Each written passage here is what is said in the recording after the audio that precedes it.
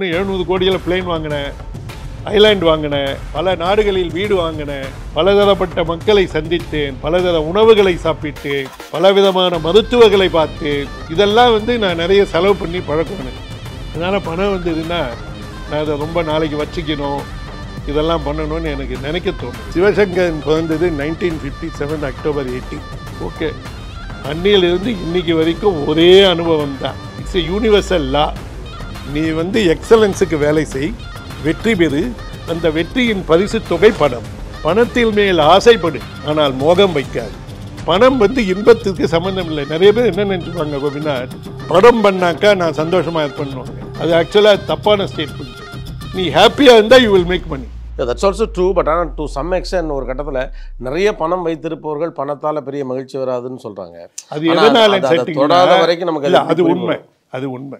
அதுக்கு பேர் இப்போ இந்த கடலில் போய் குளிக்கிறோம்ல, என்னை எப்போவுமே ஒரு 30 மீட்டர் வரைக்கும் தான் கொண்டு போவாங்க. அதுக்கப்புறம் வந்துடுன்ட்டு நான் ஒரு நாள் கேட்டேன், நான் இன்னும் ஒரு 20 மீட்டர் போனேன். சார், கடல் தண்ணியினுடைய வெயிட்டு உங்களுக்கு ப்ராப்ளம் ஆகிடும்னு.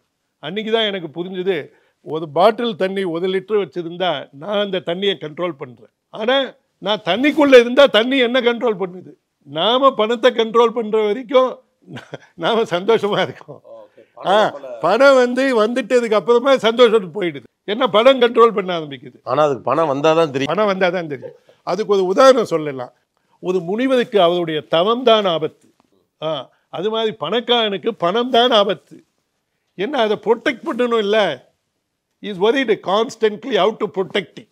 ஓகே, பணத்தை உருவாக்குதல் அப்படிங்கிறதுல உங்களுக்கு எல்லாருக்கும் ஒரு பெரிய ஸ்கில் இருக்குது. ஹவு டு ப்ரொடெக்ட் மணி? ஐயோ, அதுதான் அந்த திறமையைத்தான் நான் இப்பொழுது படித்து கொண்டிருக்கிறேன். இந்த பணத்தை ப்ரொடெக்ட் பண்ணுறது மட்டும்தான் எனக்கு தெரியல.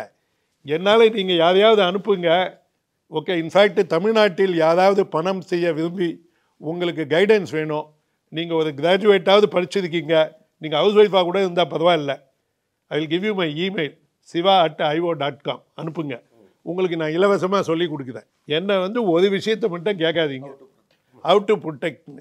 ஏன்னா இந்த கண்ணதாசன் கவிதையினால் எல்லாத்தையும் அனுபவிக்கணும்னு 700 கோடியில் பிளேன் வாங்கினேன், ஐலாண்ட் வாங்கினேன், பல நாடுகளில் வீடு வாங்கினேன், பலதரப்பட்ட மக்களை சந்தித்தேன், பலதர உணவுகளை சாப்பிட்டேன், பலவிதமான மருத்துவர்களை பார்த்தேன். இதெல்லாம் நான் நிறைய செலவு பண்ணி பழக்கம் எனக்கு. அதனால் பணம் வந்ததுன்னா நான் அதை ரொம்ப நாளைக்கு வச்சுக்கணும், இதெல்லாம் பண்ணணும்னு எனக்கு நினைக்க தோணலை. உங்கள் பிஸ்னஸ் மாடலுங்கிறது எப்படி? அதாவது ஒரு இப்போ இருக்கக்கூடிய எனக்கு சில நேரத்தில் தோணும், என் அனுமானம் தான், சரியா இல்லையான்னு தெரியல. இப்போ தான் இந்த ஒரு கான்செப்ட் ஆஃப் ஒரு கம்பெனியை பில்ட் பண்ணுறது, அதுக்கு ஒரு வேல்யூவை பில்ட் பண்ணுறது, அதை நான் தானே ஃபர்ஸ்ட் கற்றுக் கொடுத்தேன்.